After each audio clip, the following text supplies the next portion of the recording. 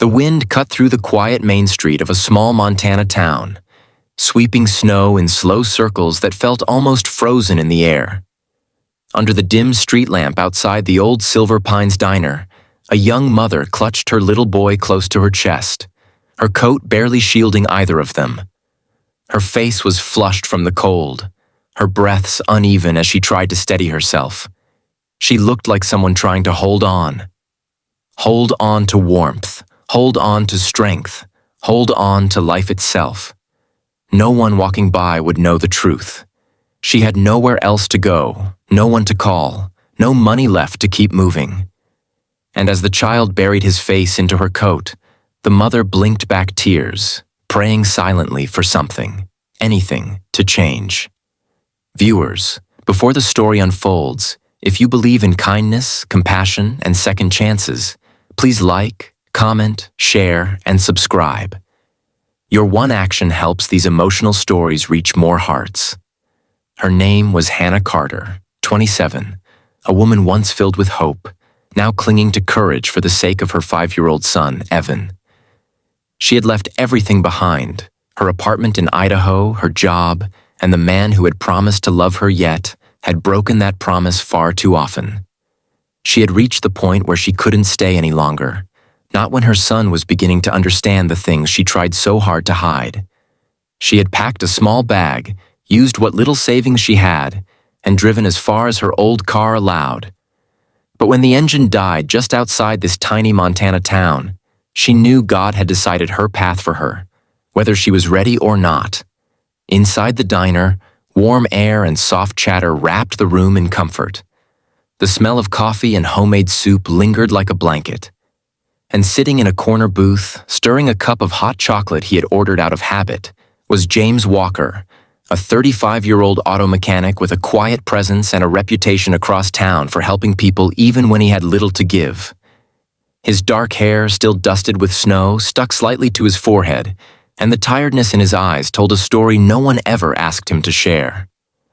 He had lost his wife, Caroline, 3 years earlier to an unexpected illness, and ever since, something inside him had lived in a slow ache, an emptiness he carried silently every day. James had come to the diner after a long shift, intending only to warm up before driving home. But something tugged at him, an unsettled feeling he couldn't explain. He glanced toward the window, watching snowflakes gather in the corners of the glass. And then he saw her, Hannah, standing alone with her child in the falling snow, her face pale, her expression filled with a quiet desperation that hit him harder than he expected. The little boy's boots were dusted white, his hands tucked tightly into his mother's coat as if he knew she was all they had. James didn't know why, but he stood up without thinking, pushing open the diner door just as Hannah's knees buckled slightly, as if the weight of her world was finally too much to carry. She caught herself, holding her son tighter, whispering reassurance she barely believed. The cold smacked James in the face the moment he stepped outside, but all he could focus on was the trembling in Hannah's hands and the way Evan's cheeks were reddened from the bitter wind. Snow clung to their clothes, their hair, and their fear. The mother looked up at him with startled eyes, as though she wasn't sure she deserved to be seen. James wasn't the kind of man who approached strangers impulsively, but something about the moment felt larger than him, like he was meant to be there at exactly that second. He didn't ask intrusive questions or make assumptions.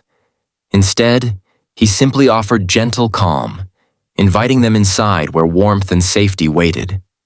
Hannah hesitated. She always had trouble trusting, but the cold was unrelenting, and Evan was shivering. She nodded, stepping into the diner where heat washed over them like a mercy she hadn't felt in a long time. The diner owner, an older woman named Margaret, hurried over with blankets and warm cocoa for Evan. People inside noticed, their expressions softening as they saw the worn exhaustion on Hannah's face. She didn't ask for pity, but kindness, especially unexpected kindness, weakened something inside her, and she had to blink back tears before they fell. James sat across from her, not forcing conversation, letting her breathe. She thanked him quietly, not yet able to explain the storm she had been living through.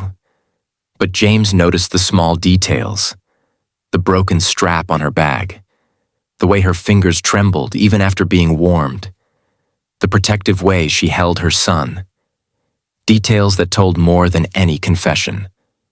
Little by little, as the diner offered a shelter she hadn't expected, Hannah shared her story.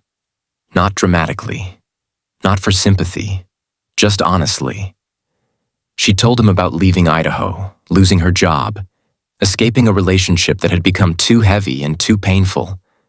She told him her car had died, that she didn't know where to go next, and that she was trying, really trying, to hold everything together. James listened with the kind of patience most people forget to give. He didn't interrupt, judge, or pry. He just listened, letting her know through silence alone that she wasn't speaking into emptiness. And as he listened, something in him stirred. The same protective instinct he once felt with his late wife, the instinct to help, to shield, to step forward instead of stepping away. When Evan finally fell asleep in his mother's arms, Hannah leaned back, exhausted. For the first time in a long while, she wasn't running, wasn't hiding, wasn't pretending. She was simply a mother who had reached her limit. James made a decision in that moment, not out of impulse, but out of quiet conviction.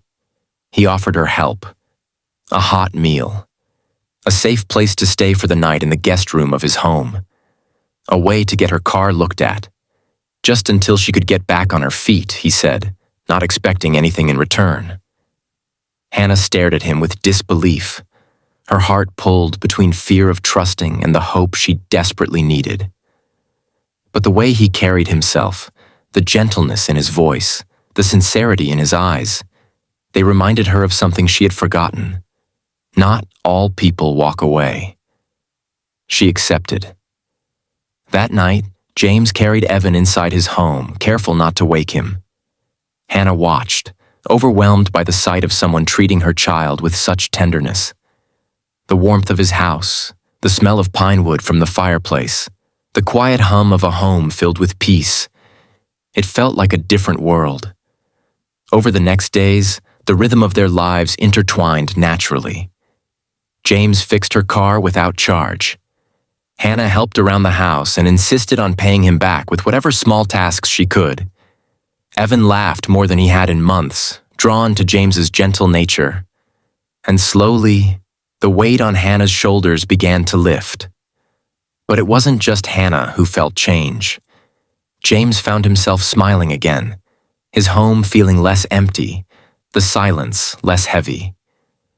He found himself waking up with purpose that had been missing since Caroline's passing. He wasn't replacing his past, but rediscovering the parts of himself he thought had died with it. Hannah, though still healing, discovered strength she didn't know she still had. She began to believe she wasn't broken beyond repair. That perhaps, even after everything, life had room for goodness, for safety, for beginnings she never dared imagine. And it all started because he walked out of the diner just in time. Viewers, if this story touched your heart in any way, please like, comment, share, and subscribe. Your support helps keep these emotional stories alive. Before the ending, please comment. Kindness still matters. As winter softened into early spring, Hannah's car was finally ready, and she had found a part-time job in town. She could move on, start fresh somewhere new. But when she looked at James, at the home that had sheltered her in her darkest moment, at the life her son now felt safe in, she realized something. She didn't want to run anymore. She didn't want to search for a place to rebuild. She had already found it. James felt it too, though he never pressured her. He simply left the door open, literally and figuratively, hoping she would choose what he was too humble to ask for. One evening, as Evan played near the fireplace, Hannah turned to James with tears in her eyes. Not tears of fear this time, but of gratitude, of quiet joy, of the realization that sometimes the people you meet by chance are the ones meant to change your life. She told him she wanted to stay, not because she needed rescuing anymore, but because she finally felt safe, seen, and valued. James didn't say anything immediately. He simply stepped forward and held her, the kind of embrace that said welcome home without a single word. And for Hannah, for Evan, for James, it truly was home. Sometimes life changes in a moment. Sometimes compassion from a stranger becomes the turning point of everything. And sometimes love begins not with a plan, but with one person stepping outside just in time.